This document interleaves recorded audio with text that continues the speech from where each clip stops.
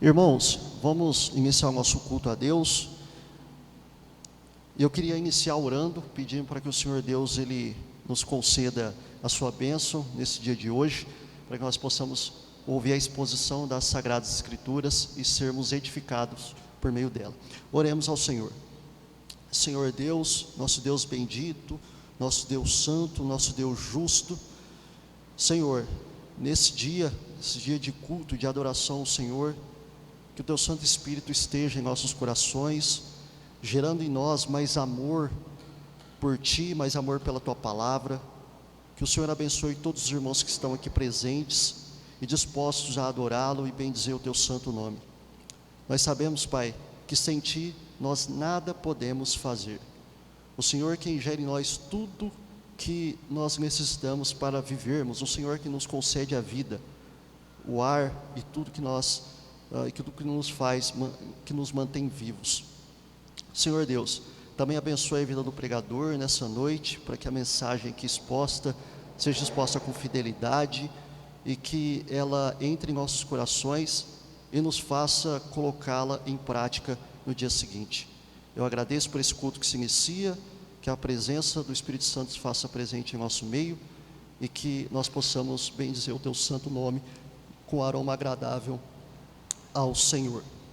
Irmãos, por gentileza, abra comigo a sua Bíblia no Salmo de número 51.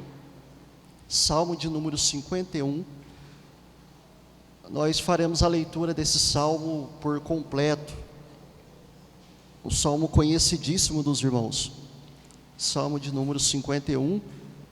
Eu estarei fazendo a leitura desse salmo e eu peço para que os irmãos então acompanhem a minha leitura. Confissão e arrependimento. Compadece de mim, ó Deus, segundo a Tua benignidade e segundo a multidão das Tuas misericórdias. Apaga as minhas transgressões, lava-me completamente da minha iniquidade e purifica-me do meu pecado, pois eu conheço as minhas transgressões e o meu pecado está sempre diante de mim. Pequei contra Ti somente, e fiz o que é mal perante os Teus olhos, de maneira que serás tido por justo no Teu falar e puro no Teu julgar. Eu nasci na iniquidade e em pecado me concebeu minha mãe. Eis que Te comprazes na verdade no íntimo, e no recôndito me fazes reconhecer a sabedoria. Purifica-me com isopo e ficarei limpo, lava-me e ficarei mais alvo que a neve. Faz-me ouvir júbilo e alegria, para que exultem os ossos que esmagaste. Esconde o rosto dos meus pecados e apaga todas as minhas iniquidades. Cria em mim, ó Deus, um coração puro e renova dentro de mim um espírito inabalável. Não me repulses da Tua presença, nem me retires o Teu Santo Espírito. Restitui-me a alegria da Tua salvação e sustenta-me com um espírito voluntário. Então ensinarei os transgressores os Teus caminhos e os pecadores se converterão a Ti. Livra-me dos crimes de sangue, ó Deus, Deus da minha salvação, e a minha língua exaltará a Tua justiça. Abre, Senhor, os meus lábios, e a minha boca manifestará os Teus louvores, pois não Te comprazes em sacrifícios, do contrário, eu os te daria. E não Te agrades de holocaustos. Sacrifícios agradáveis a Deus são o espírito quebrantado, coração compungido e contrito. Não o desprezarás, ó Deus. Faz bem a Sião, segundo a Tua boa vontade. Edifica os muros de Jerusalém. Então Te agradarás dos sacrifícios de justiça, dos holocaustos e das ofertas queimadas, e sobre o Teu altar se oferecerão novilhos. Irmãos, aqui nós vemos um salmo maravilhoso, um salmo muito conhecido, um salmo onde Davi está confessando o seu pecado. Nós vemos aqui Davi uma profunda agonia, uma profunda dor, um profundo sofrimento, porque naquele momento Natã havia chegado até Davi e tinha exposto sobre o rosto de Davi o pecado que ele havia cometido. Um pecado que Davi queria tanto esconder, mas que Deus o revelou. Mas mesmo em meio a essa agonia, esse lamento profundo, Davi ainda assim, ele reconhece e sabe que o Senhor Deus, Ele é misericordioso e benevolente para com aqueles que têm um coração contrito, um coração arrependido dos seus pecados. E naquele momento, então, Davi, ele compõe esse salmo, mostrando que não há nada a qual nós façamos que fique longe ou fique escondido dos olhos de Deus. Não há nada que a glória de Deus, ela não possa sondar os nossos corações. Deus, ele se agrada de um coração contrito e de um coração arrependido, de um coração compungido, de um coração que sabe que errou e que necessita da misericórdia, salvação e benevolência do nosso Deus.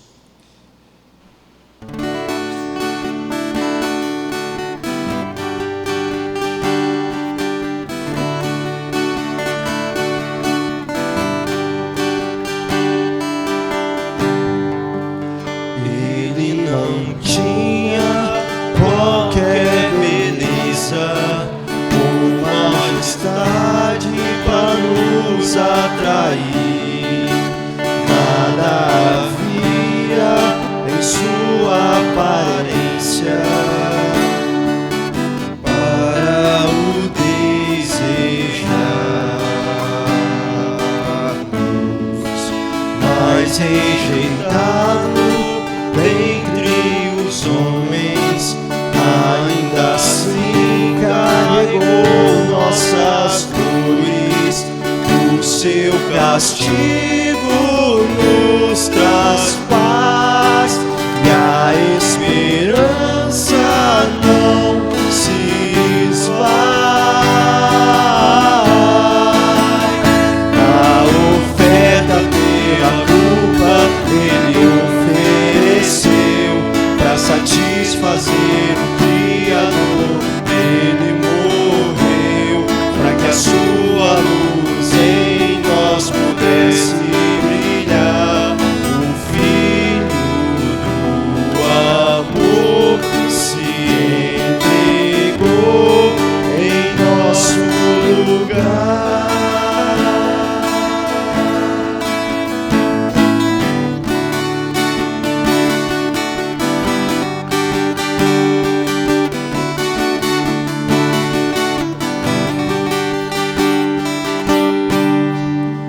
Mas rejeitado dentre os homens, ainda assim carregou nossas dores.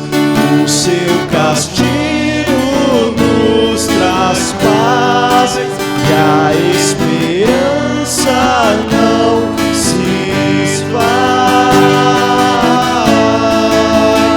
A oferta pela culpa Ele ofereceu para satisfazer o Criador. Ele morreu para que a sua luz em nós pudesse brilhar. O Filho do amor se entregou em nosso lugar. És o Cordeiro que pelos nossos pecados foi esmagado, sem dizer uma só palavra.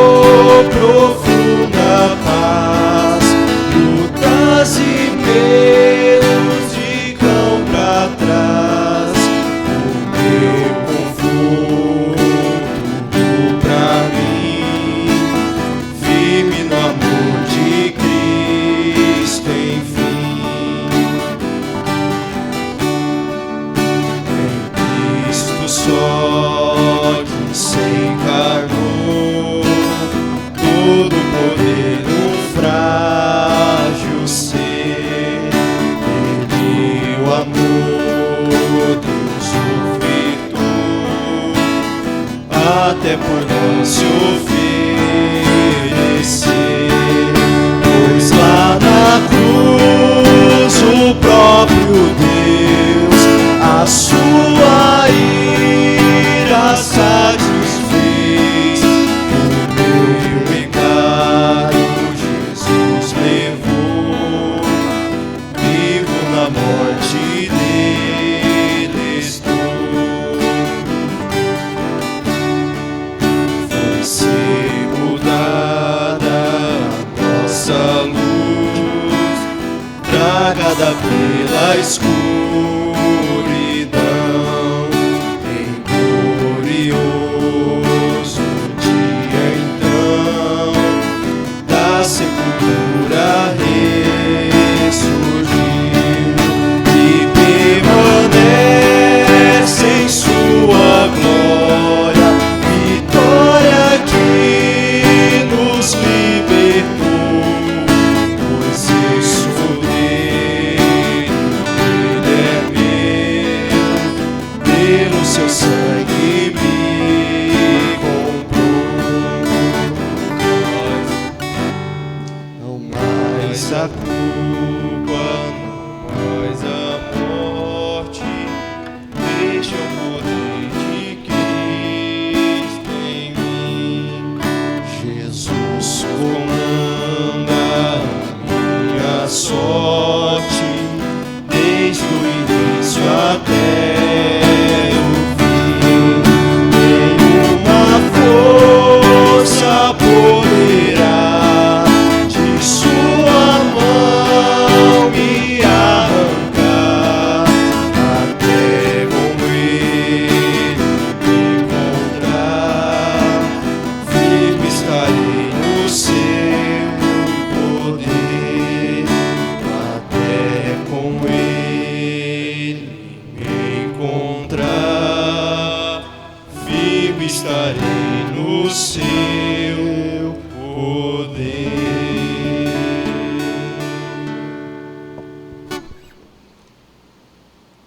Irmãos, o nosso irmão Davi estará fazendo uma oração pelos louvores.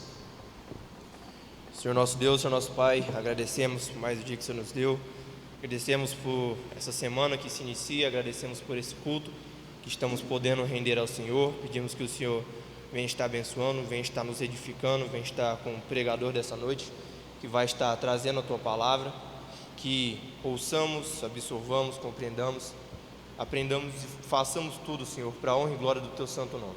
É isso que pedimos e agradecemos em nome de Jesus, amém. Amém. Queridos, nesse momento nós passaremos para a exposição das Escrituras e o nosso irmão Daniel está com a palavra nessa noite.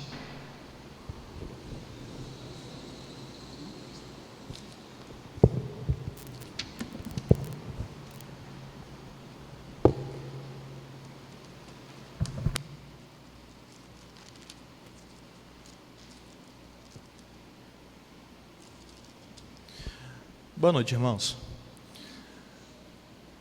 Essa noite nós damos início a uma série de exposições que são os 5 pontos do calvinismo.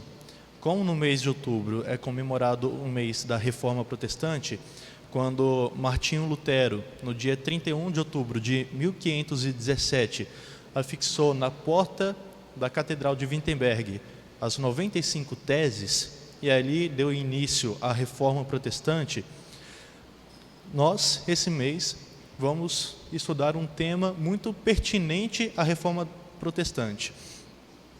No século XVI, por volta de 1609, após a morte de um grande erudito humanista chamado Jacobus Armínio, os seus discípulos elaboraram um documento chamado Remonstrância, que era um documento em protesto a 5 pontos que os reformados defendiam.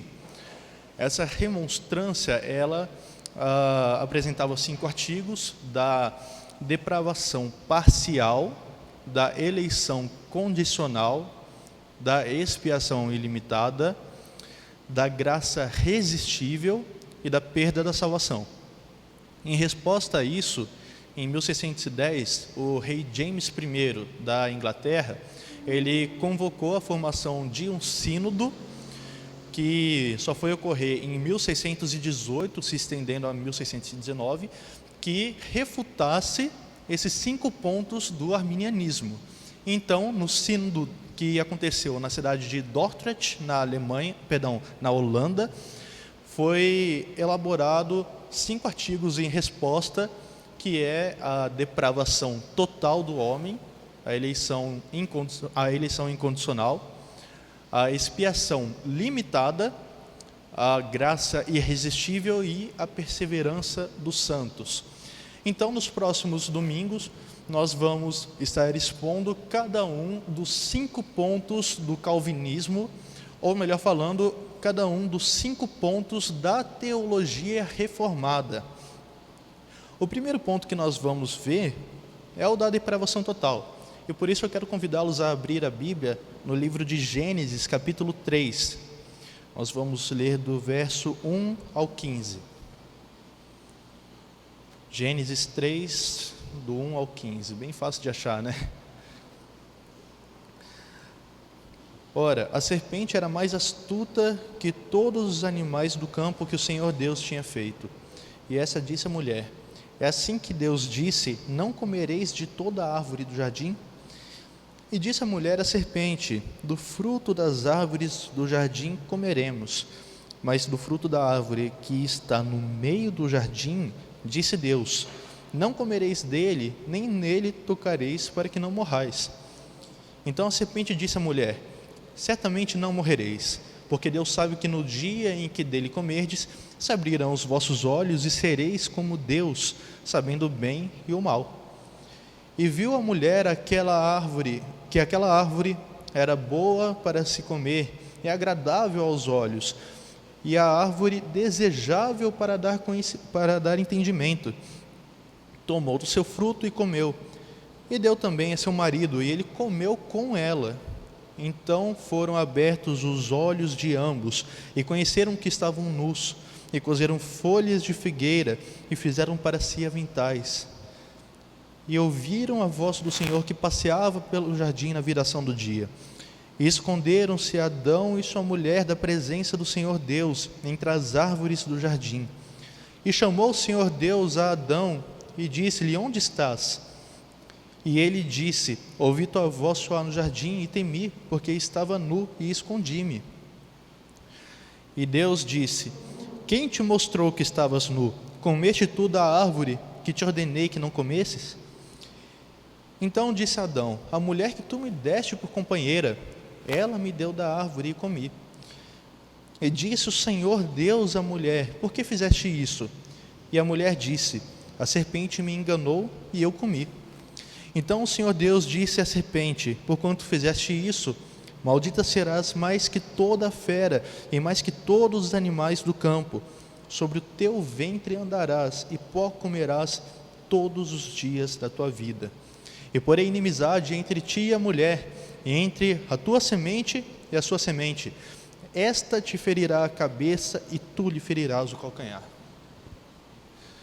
Irmãos, esse texto é importantíssimo para que nós entendamos a nossa natureza. O homem foi criado à imagem e semelhança de Deus. Isso está lá em Gênesis 1, 26 e 27. Versículo 27 diz: e criou Deus o homem à sua imagem, a imagem de Deus o criou, homem e mulher os criou. A definição do que é o homem é portador da imagem e semelhança de Deus, e isso implica em muitas coisas, porque Deus, Ele em si é justo, Deus, Ele é santo, e Deus é bom. Quando Ele criou o homem, quando Ele criou todas as coisas, Ele viu que era muito bom. Então Deus criou o homem com uma justiça original, Deus criou o homem em santidade. Só que Deus, Ele não confere ao homem alguns atributos que são exclusivos dele, Por exemplo, a sua eternidade. Durante a Idade Média, houve um grande problema, vamos colocar assim, quando os teólogos descobriram que Deus, mesmo sendo onipotente, tem coisas que Ele não pode fazer. Por exemplo, Deus não pode pecar, porque Ele é santo. Deus não pode criar outro Deus, porque se esse outro é criado, Ele não pode ser Deus, porque Ele não é eterno. Então, existem atributos que Deus possui que Ele não comunicou ao homem. E um deles é o entendimento supremo sobre todas as coisas. Então Deus, Ele já conhecia o bem e o mal antes que Adão caísse, antes que o homem caísse em desgraça. Normalmente é feito uma grande teologia do homem pós-queda, né? Fala-se muito a respeito do homem em sua condição de depravação, só que não se fala muito a respeito do homem pré-queda. Não se faz muito uma teologia do homem antes da queda. E é importante a gente entender isso para nós entendermos quem somos nós agora. O homem, antes da queda, ele foi criado dependente e insuficiente. O homem, ele já era insuficiente. Quando nós olhamos em Gênesis 2:7, fala o seguinte: e formou o Senhor Deus o homem do pó da terra, e soprou em suas narinas o fôlego de vida, e o homem foi feito alma vivente. Na língua portuguesa, nós temos algumas palavras, algumas expressões que não podem ser transmitidas para outros idiomas, porque são próprias da língua portuguesa. Por exemplo, a palavra saudade. Não tem como a gente traduzir saudade para o inglês. A gente traduz de uma forma que chega mais próximo possível do nosso significado de saudade. Tem algumas outras expressões, como dar uma de João sem braço, outros termos assim populares. Aqui a gente vê nesse texto de Gênesis 2:7 a mesma coisa. Existe um termo em hebraico que a gente traduz como alma vivente, que é basicamente um pleonasmo. Pleonasmos são redundâncias. E quando fala que o homem foi feito alma vivente, nós pensamos, Deus colocou uma alma em nós, né? Ele formou o homem, matéria e tudo mais, colocou uma alma em nós passamos a ser alma vivente. Só que no entendimento hebraico, isso vai muito além, porque a palavra alma do hebraico é entendida também como garganta. E aí pode soar meio estranho para a gente. Como assim? A palavra alma significa também garganta. É por causa do seguinte: na cultura semita, quando uma pessoa tem fome, ela não coloca a mão no ventre, ela coloca a mão na garganta. Quando ela tem sede, ela também coloca a mão na garganta. A garganta é o sinal, é o elemento que está associado à dependência, é o elemento que está associado à necessidade. Então, quando Deus criou o homem e fez dele alma vivente, Ele já fez o homem com uma carência e uma necessidade. Ele fez o homem insuficiente. E isso é muito bom. É bom sermos insuficientes, porque o único que é suficiente é Deus. Tanto que Davi vai falar, lá no Salmo 42, versículo 2, a minha alma tem sede de Deus. Então, a gente vê que desde antes da queda do homem já era insuficiente. Pois bem, Satanás ele chega para Eva e Satanás ele já demonstra que ele tinha conhecimento da lei de Deus. Deus ordenou que o homem não comesse do fruto da árvore. Só que Satanás ele chega para Eva colocando dúvida na cabeça dela, falando: foi assim que Deus disse que você não pode comer de nenhuma árvore? Irmãos, nesse momento é o momento crucial onde ou o homem permanece firme em santidade ou o homem cai. Satanás ele faz isso o tempo todo conosco, colocando dúvidas na nossa cabeça. Comete esse pecadinho, não vai dar nada não. Faz isso, não vai ter consequência, não vai virar nada. Isso acontece principalmente com jovens que têm problema com pornografia, que tem problema com outras coisas relacionadas a pecados ocultos. Satanás coloca na cabeça do jovem aquela ideia de que assiste só um pouquinho, não vai dar nada não, não é nada grave, você não vai estar ofendendo ninguém, você não vai estar desrespeitando ninguém. Ele coloca dúvida na cabeça do crente, se realmente Deus, ele vai se desagradar com aquilo. Ele chegou para Eva, não falando assim, e aí, come esse fruto, é bom, é gostoso. Não, ele chega para Eva, fazendo a primeira coisa, que é desvirtuar a palavra de Deus. Até então, o homem era santo, ele não conhecia o mal, ele não sabia, ele não tinha noção da gravidade que era aquilo. Até então, o homem não tinha experimentado a morte. Então, ele não tinha noção da gravidade que seria comer do fruto. Se a gente quer, por exemplo, eu falo garotos, né, jovens, principalmente na idade de moleque, né, se a gente fala assim, eu quero subir naquela árvore, e seu pai ou sua mãe fala assim, não, você não pode subir naquela árvore, coisa, brincadeira de criança para se divertir. Por quê? Porque aí seus pais falam assim, porque é fácil de você cair e se machucar. Tá, só que até então eu nunca subi numa árvore, então eu não tenho noção do que é cair de uma e me machucar. Os meus pais, que têm conhecimento disso, sabem que o quanto é ruim cair e quebrar um braço, ou pelo menos sair com uma lesão, luxar algum dedo, ou alguma coisa assim. É a mesma situação aqui. Deus, ele conhecia já o mal, porque ele é onisciente, conhece todas as coisas. Só que o homem não tinha noção do que era aquilo. O homem não tinha noção do que era pecar contra Deus, não tinha noção da consequência. E é isso que Satanás faz. Ele tenta desviar a nossa atenção para que nós não pensemos nas consequências do pecado. Versículo 2 diz assim: e disse a mulher à serpente: do fruto das árvores do jardim comeremos, mas do fruto da árvore que está no meio do jardim, disse Deus: não comereis dele, nem nele tocareis, para que não morrais. Satanás, ele conhecia a lei de Deus, e quando ele foi tentar Eva, ele tentou Eva da mesma forma que ele tentou Jesus, pegando a própria lei e voltando contra ela. Esse é o modus operandi de Satanás. Muitas pessoas, infelizmente, no meio reformado, o que fazem? Falam que tem a certeza da salvação porque tem uma teologia boa, tem uma teologia sólida. Infelizmente, eu vi esses teólogos cujo gabinete é o Facebook, falando o seguinte: toda vez que eu leio a Bíblia, eu dou graças a Deus porque eu não sou arminiano.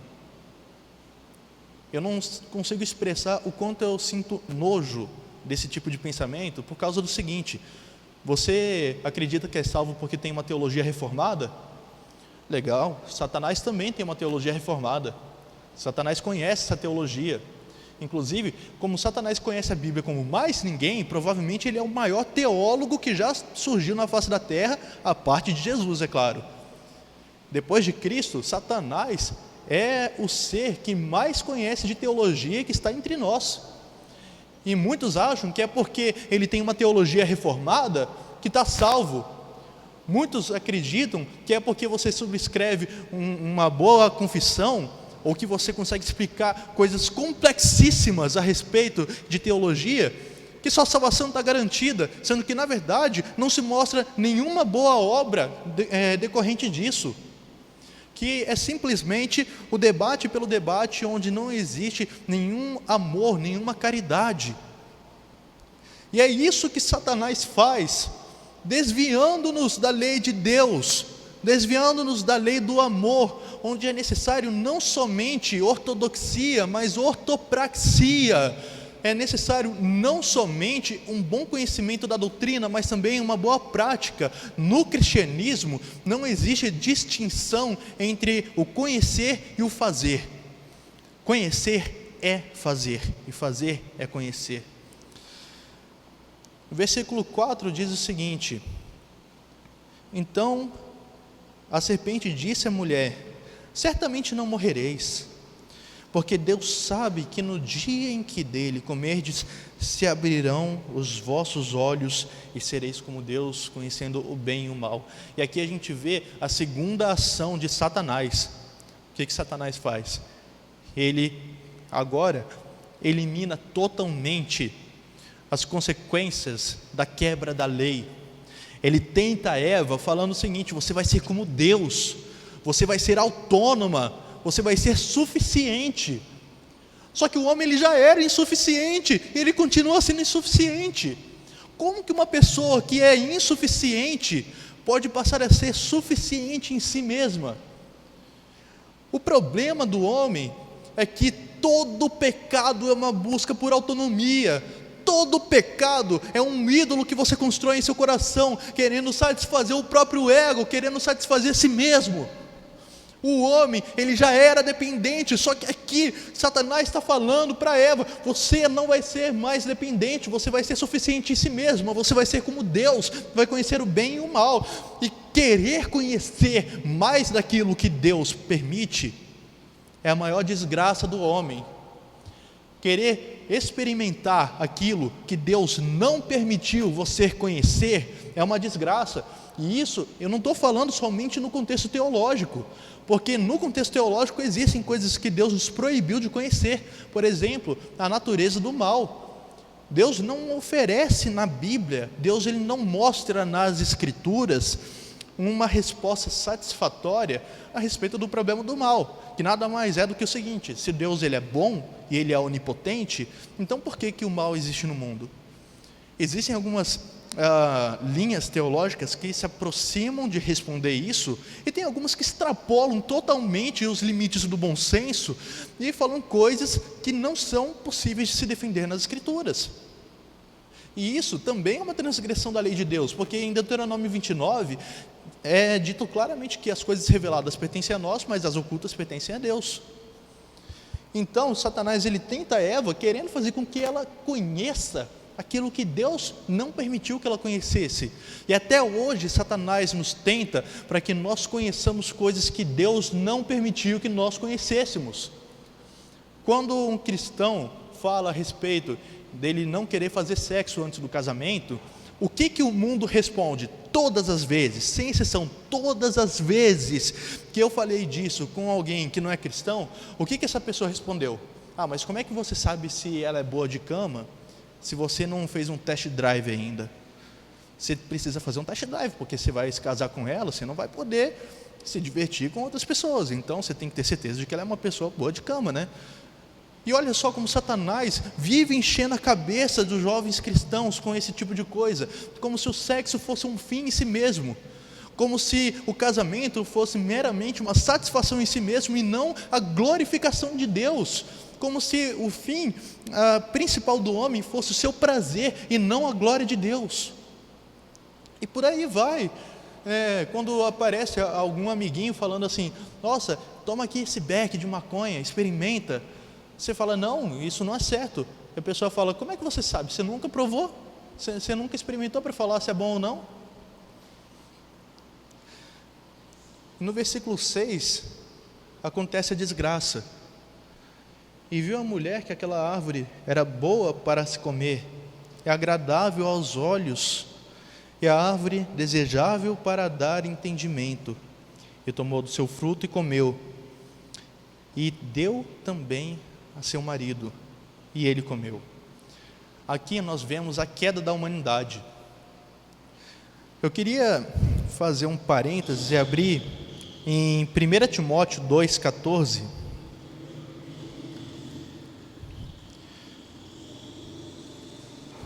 1 Timóteo 2,14 diz o seguinte: e Adão não foi enganado, mas a mulher, sendo enganada, caiu em transgressão. Não foi o homem que foi iludido. E aqui a gente vê uma responsabilidade ainda maior em cima do homem, porque a quem Deus entregou a lei, o mandamento de cuidar do jardim e de não comer da árvore, foi ao homem. A mulher foi enganada, só que o homem ele fez tudo conscientemente, sabendo o que ele estava fazendo. E aqui a gente vê a queda de Adão, e a humanidade toda caiu aqui. Na teologia a gente gosta de se referir a isso como a doutrina do pacto, que é o seguinte: Deus ele estabeleceu um pacto com Adão, sendo ele o representante federal da humanidade. Toda a humanidade estava representada em Adão. Adão era o líder, não somente no sentido de gene, mas também no sentido de representante de toda a humanidade. E quando Adão caiu, toda a humanidade caiu em Adão. Todos herdaram o pecado original. E ao longo da história da igreja, existiram hereges falando que os homens não herdaram o pecado original de Adão e que pelo seu livre-arbítrio eles escolhem pecar. Bom, se é certo que o homem ele não herdou o pecado original e que ele peca pelo seu livre-arbítrio, uma vez que as escrituras dizem que não há quem não peque, em que esse livre-arbítrio ajuda o homem? Versículo 6 ainda mostra o seguinte, que Adão comeu junto com Eva, ou seja, ele viu Eva comendo e não fez nada. Provavelmente ele devia ter pensado: ué, Eva comeu, não aconteceu nada, o fruto deve ser bom, eu vou lá comer também. E aqui a gente tem uma lição importantíssima. Não é porque a gente vê alguém fazendo a coisa errada e a princípio não tendo nenhuma consequência disso, que quando nós fizermos não vai ter consequência. No versículo 7 diz o seguinte: então foram abertos os olhos de ambos e conheceram que estavam nus, e cozeram folhas de figueiras e fizeram para si aventais. E aqui a gente vê a primeira consequência do pecado, a primeira consequência imediata do pecado. Eles viram que estavam nus, eles sentiram vergonha. Aqui nós vemos uma ruptura do homem com Deus e do homem consigo mesmo, porque quando o homem pecou contra Deus, nesse momento já houve uma separação com Deus, só que houve uma separação com ele mesmo também. Ele via em seu próprio ser, em sua própria carne, símbolo de culpa. E o que acontece no versículo 8 é muito... eu vou falar muito legal, porque eu vejo aqui a primeira manifestação da graça de Deus. E ouviram a voz do Senhor Deus, que passeava no jardim pela viração do dia, e esconderam-se Adão e sua mulher da presença do Senhor entre as árvores do jardim.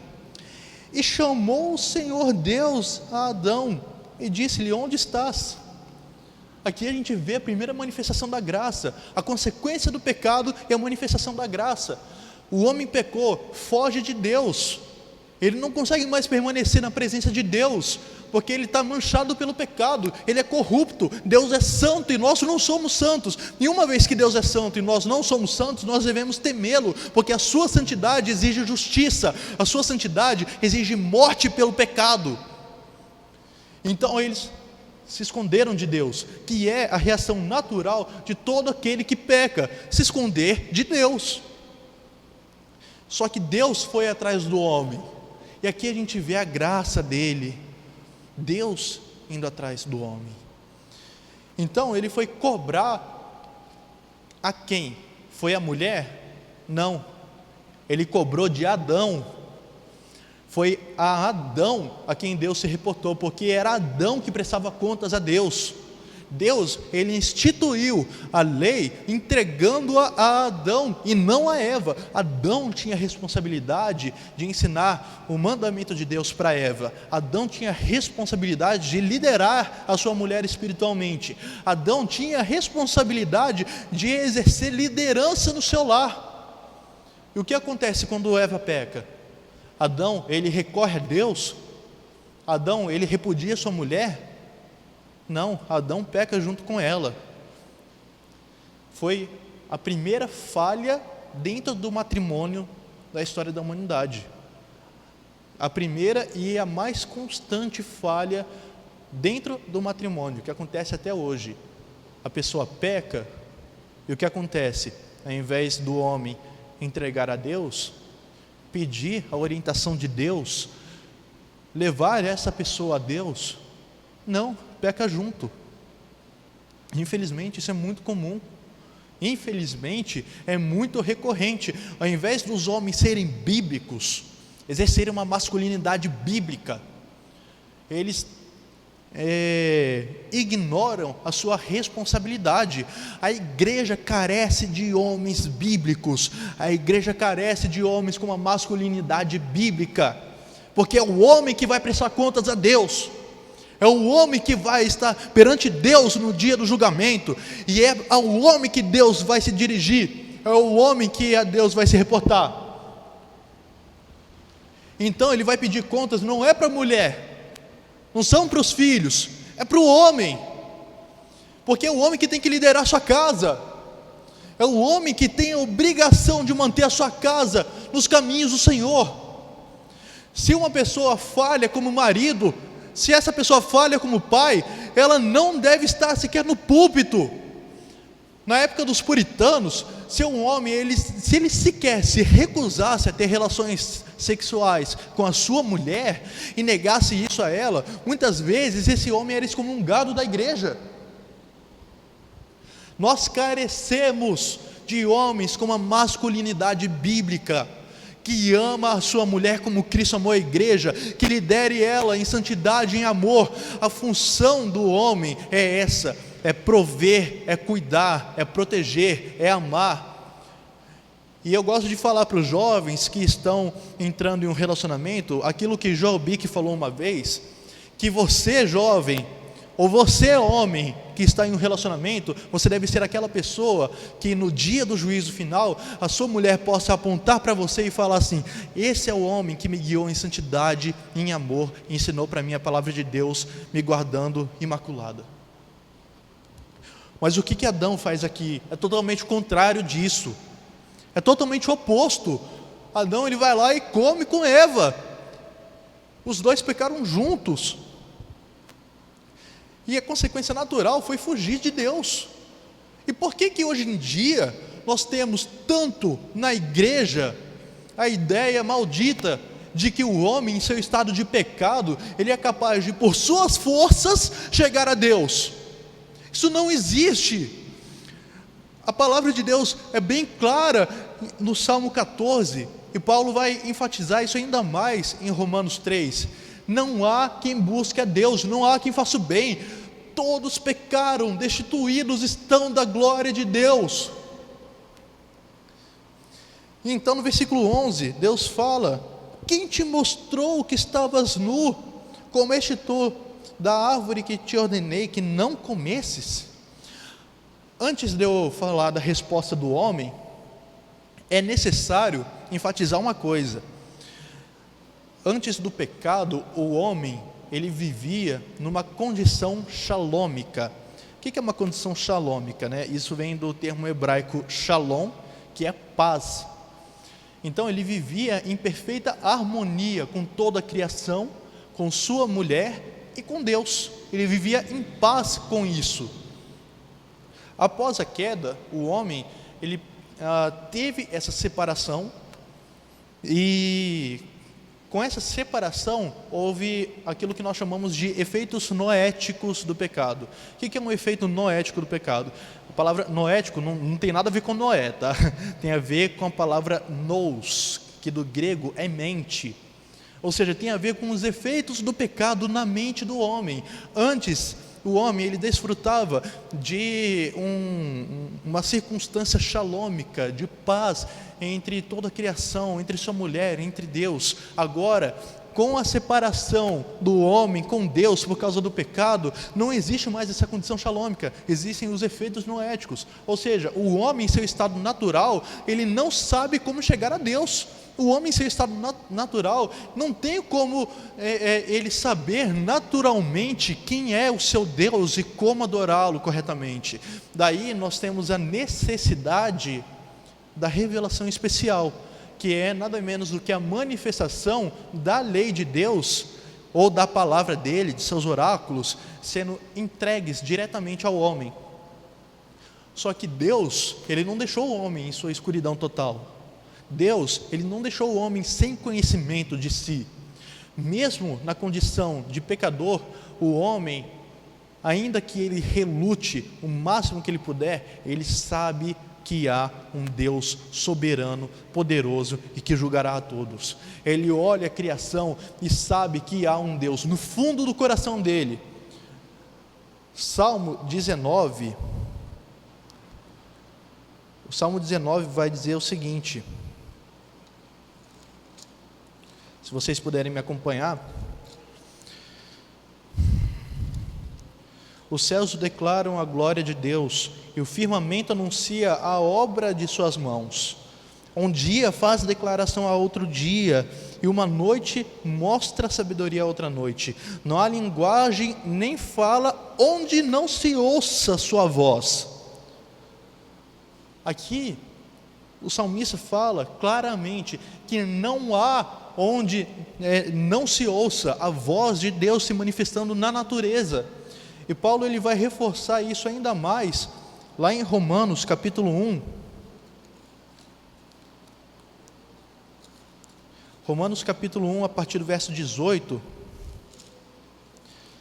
dizendo o seguinte: porque do céu se manifesta a ira de Deus sobre toda impiedade e injustiça dos homens que detêm a verdade em injustiça.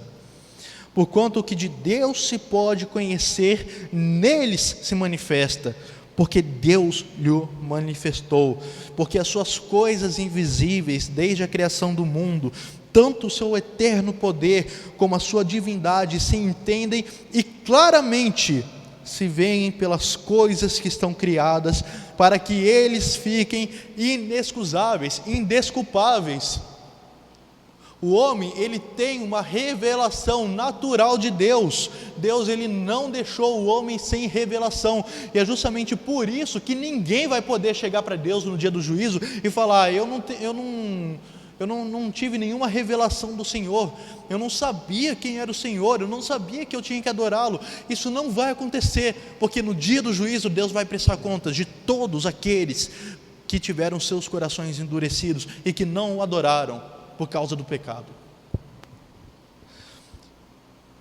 Então, a gente vê a continuação da consequência do pecado no versículo 12.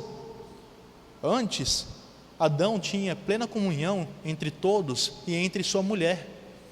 O que acontece no versículo 12? Ele coloca a culpa na mulher. Ele fala: a mulher que tu me deste por companheira. Olha só, ele coloca a responsabilidade não somente na mulher, mas também em Deus. Ele fala: foi a mulher, mas foi o Senhor que me deu por companheira.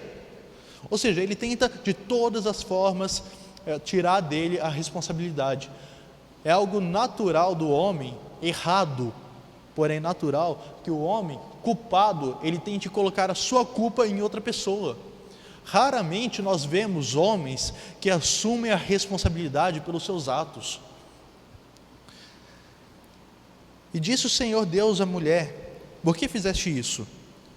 E disse a mulher: a serpente me enganou e eu comi. Então Deus, ele estabelece uma punição. Ele fala: porquanto fizeste isso, maldita serás mais que toda fera, e mais que todos os animais do campo. Sobre o teu ventre andarás, e pó comerás todos os dias da tua vida. No versículo 15, a gente tem aqui a primeira promessa, a gente tem aqui o primeiro evangelho, porque é dito: e porém inimizade entre ti e a mulher, e entre a tua semente e a sua semente. Esta te ferirá a cabeça, e tu lhe ferirás o calcanhar. Aqui Deus, ele entrega a primeira promessa de um evangelho. Ele entrega as boas novas. Ele promete um libertador. Ele promete um descendente da mulher que iria desfazer a obra de Satanás, que iria desfazer as obras do pecado, que iria derrotar o pecado. Esse é o que nós chamamos de proto-evangelho, um evangelho que foi entregue já no Antigo Testamento. Deus, depois ele querer que Adão preste contas a ele estabelece uma punição, só que pela sua misericórdia e graça, ele estabelece também um libertador. Ele diz que seria amaldiçoada a criação, a relação entre o homem e a mulher, só que ele promete também que de uma mulher viria o libertador. E é muito legal que normalmente as genealogias, elas trazem a partir do homem, né? É o homem que gerou fulano de tal, que se casou com... que gerou fulana de tal, que se casou com fulano de tal, que gerou fulano de tal, e por aí vai. As genealogias na Bíblia, elas sempre partem do homem. Porém, aqui nós vemos uma pequena genealogia partindo da mulher. O nascimento virginal de Jesus é o cumprimento dessa profecia. E ele veio de uma mulher sem as obras do homem. Foram as obras de Deus. Aqui, Deus, ele está prometendo que de uma mulher nasceria um libertador. E seria não obra do homem, porque o homem ele está corrompido em seus pecados, mas seria a obra de Deus. Só que aí muitos poderiam falar o seguinte: se o homem ele não faz nada de bom, então e aquelas boas obras que nós fazemos, e a caridade que nós fazemos, e a Madre Teresa de Calcutá, nenhum deles fizeram nada de bom? Eu quero pegar o exemplo que o Davi Charles Gomes deu uma vez, que é o seguinte: imagino que todos aqui gostam de pudim. Eu adoro pudim, exceto um pudim de soja que eu comi uma vez, que eu nunca consegui esquecer disso. Mas imagino que todos aqui gostam de pudim, de brownie, alguma coisa assim. Imagina que eu estou entregando para você um pudim, só que com minhas mãos sujas, com fezes, com barro. Você aceitaria esse pudim e comeria ele? De jeito nenhum. Por mais que seja um pudim lindo, maravilhoso, delicioso, você nunca ia aceitar um pudim entregue por mãos nessa condição. É a mesma coisa das nossas obras com Deus. Nós fazemos obras maravilhosas, nós fazemos obras de caridade, legal, só que nenhuma delas Deus aceita, porque estão sendo entregues por mãos pecadoras. E é justamente por isso que a única obra genuína que foi aceita por Deus foi a obra de Jesus Cristo na cruz. A história da humanidade é a história de dois jardins.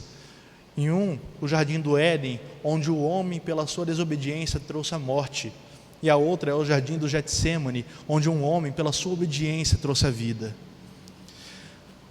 O homem, quando Deus foi pedir contas a ele colocou a responsabilidade na sua mulher. Deus estabeleceu um pacto com Jesus Cristo, e quando ele foi pedir contas das ações da sua igreja, Jesus Cristo, ele não colocou a culpa desses pecados na igreja, e sim nele mesmo. O que Adão fez? Coloca a culpa na minha esposa, pune ela. O que Jesus fez? Não, eu vou salvar a minha noiva, puna a mim. Jesus Cristo deve ser o nosso referencial, porque Ele é verdadeiro homem, então nós podemos nos comunicar com Ele. Jesus Cristo sendo verdadeiro homem, nós temos um representante nele. Antes, Adão representava a humanidade, e nela a humanidade caiu. Jesus Cristo Deus estabeleceu um pacto com Jesus Cristo, onde nele é representado o seu povo eleito, e pela morte dele nós vivemos. Adão estava nu, e ele sentiu vergonha disso, porque a nudez é sinal de vergonha, é sinal de injustiça, é sinal de que você precisa pagar pelos seus pecados. Por isso que Adão e Eva correram quando estavam nus. Jesus Cristo, por outro lado, Ele é soberano, Senhor, santo, santo, santo, e Ele, lá na cruz do Calvário, estava nu, para que nós pudéssemos vestir vestes brancas lavadas pelo sangue do Cordeiro. Quando o homem pecou, houve 4 separações. A primeira separação foi a separação com Deus. A segunda separação